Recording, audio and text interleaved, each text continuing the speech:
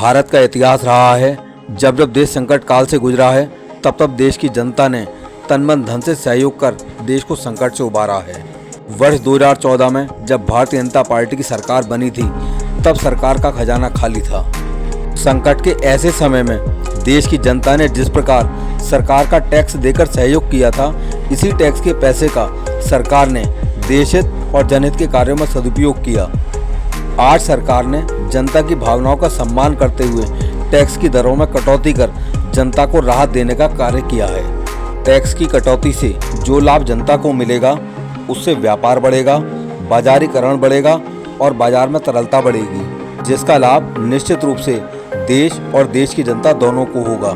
Next gen GST reform यानी अगली पीढ़ी के जीएसटी सुधार को लेकर एक प्रेस वार्ता सर्किट हाउस में हुई, जिसमें मुख्य अतिथि प्रभारी मंत्री एवं कैबिनेट मंत्री उत्तर प्रदेश सरकार अनिल कुमार रहे।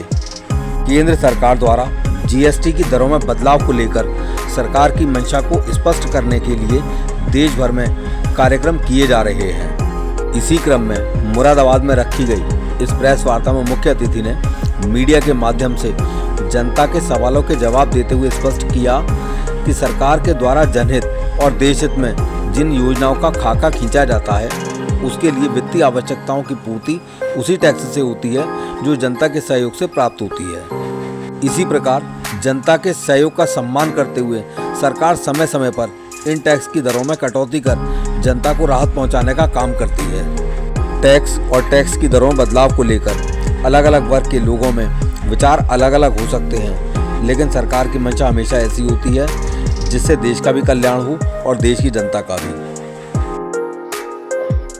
देश के सारे राज्यों के वित्त मंत्रियों का प्रतिनिधित्व होता है और ये जो रिफॉर्म किया गया है वो सर्वसम्मत किया गया है, सबकी राय से किया गया है। ये बीजेपी का विषय नहीं, ये देश का विषय है और देश के समस्त राज्यों के वित्त मंत्री, कई राज्यों के वित्त मंत्री तो स्वयं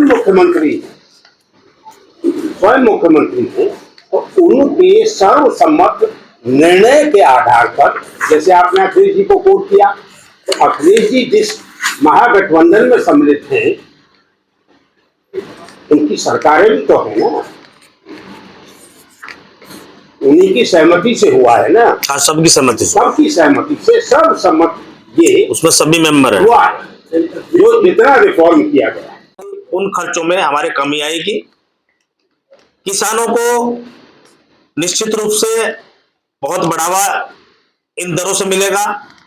उनके जो उपकरण है, ट्रैक्टर है, टायर है, कीटनाशक है, सिंचाई उपकरण है, जिनका को घटाकर जीएसटी का जो प्रतिशत रखा गया है वो मात्र 5% रखा गया है कृषि के विषय पर। इससे खेती में की लागत निश्चित रूप से कम होगी और ग्रामीण भारत को एक सीधा लाभ इससे जरूर मिलेगा।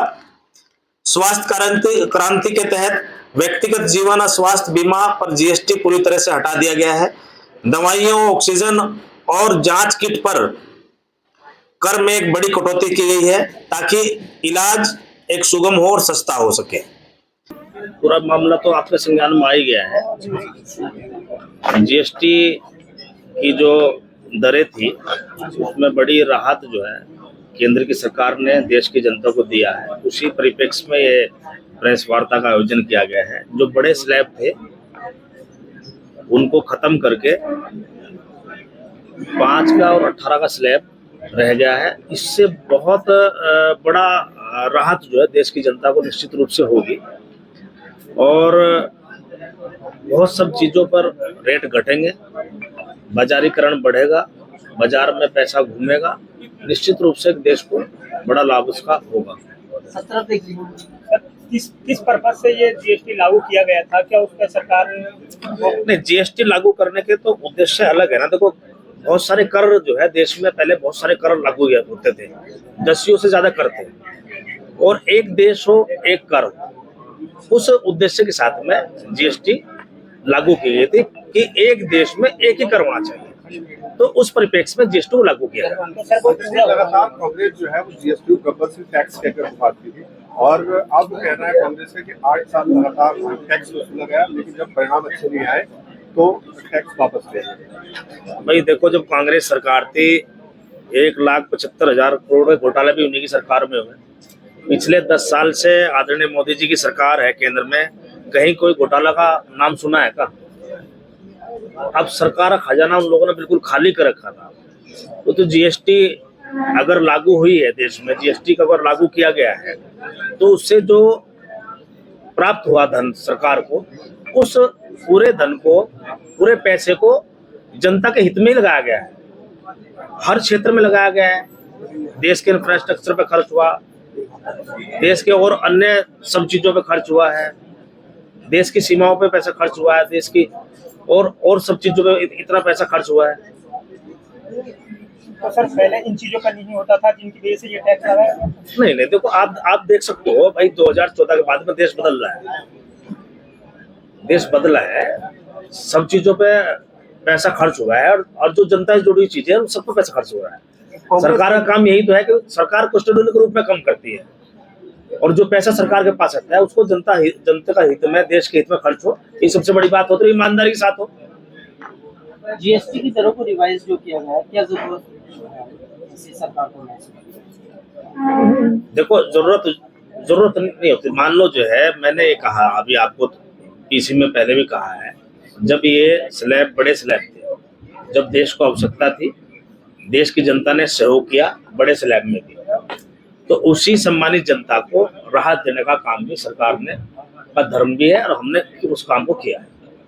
मतलब ये जीएसटी चोरी में जो लोगों ने दिल का खेल करा है, जीएसटी में लोगों ने जब दरें बढ़ी हुई थी, लोगों ने जीएसटी में चोरी की है, कई जगह बड़ौदा में छापेमारी भी गई थी, लोगों से दंड भी लिया गया था, मगर अभी लोग जीएसटी चोरी कर रहे हैं। कब सरकार, जब भी कोई कानून लागू होता है, कहीं कुछ ना कुछ हो जाता है, उसमें कुछ कमी पेशी रह जाती है, जिसका फायदा कुछ लोग उठाने की कोशिश करते हैं, लेकिन अगर कहीं कोई सी बात संज्ञान में आई है तो सरकार ने निश्चित रूप से इसमें ठोस कार्रवाई भी की है। सर व्यापारी लोग कह रहे हैं दीपावली का तोहफा है मोदी जी। हाँ, दीपावली का तोहफा है निश्चित रूप से, इसलिए जो है ये कल जो है नवरात्रों के पहले दिन से लागू हुआ है, बड़ा तोहफा है।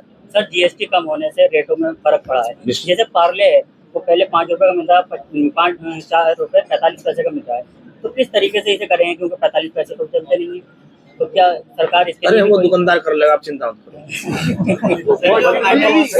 जातियों को लेकर बहुत राजनीति हो रही है। अभी सरकार का आदेश है कि अब जाति पर राजनीति नहीं होगी, जो आप पोस्टर या स्टिकर लगाते थे गाड़ी को, वो भी उस पर चलान करें, क्या कहें? तो जाति पर राजनीति होनी नहीं चाहिए, जाति पर राजनीति विपक्षी तो करता है।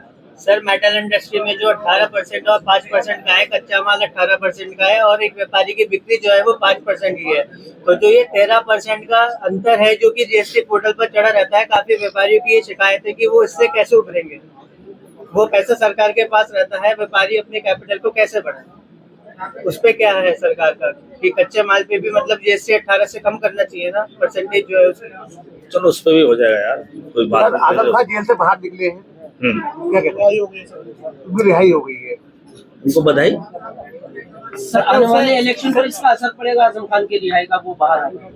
मुझे तो लगता नहीं कुछ पड़ेगा, क्योंकि 2017 के चुनाव में तो बाहर ही थे, आने वाले चुनाव नहीं 17 के चुनाव में तो बाहर ही थे ना उस समय, तब तो कोई फर्क नहीं पड़ा, अभी कोई फर्क पड़ा। जेल से रिहाई हुई है, इसके बाद की बात, तो जेल में रिहाई होने के बाद कुछ फर्क पड़ जाता है का? सर मुझे लगता है कि बसपा में शामिल होने की अटकलें चल रही है, सोशल मीडिया पे काफी वायरल हो रही है, क्या अब इस विषय में तो देखो, आजम खान से बेहतर तो कोई बता नहीं सकता। आजम खान साहब बता सकते हैं वो कहाँ जाएंगे, सपा में रहेंगे, कहाँ जाएंगे या अपने घर रहेंगे। आम आदमी पार्टी के सांसद है संजय सिंह, उन्होंने कहा कि 8 सालों में सरकार ने जनता से 127 लाख करोड़ रुपए वसूले, क्या कहें? क्या कहें उसमें, जो पैसा वसूला नहीं कह सकते हम।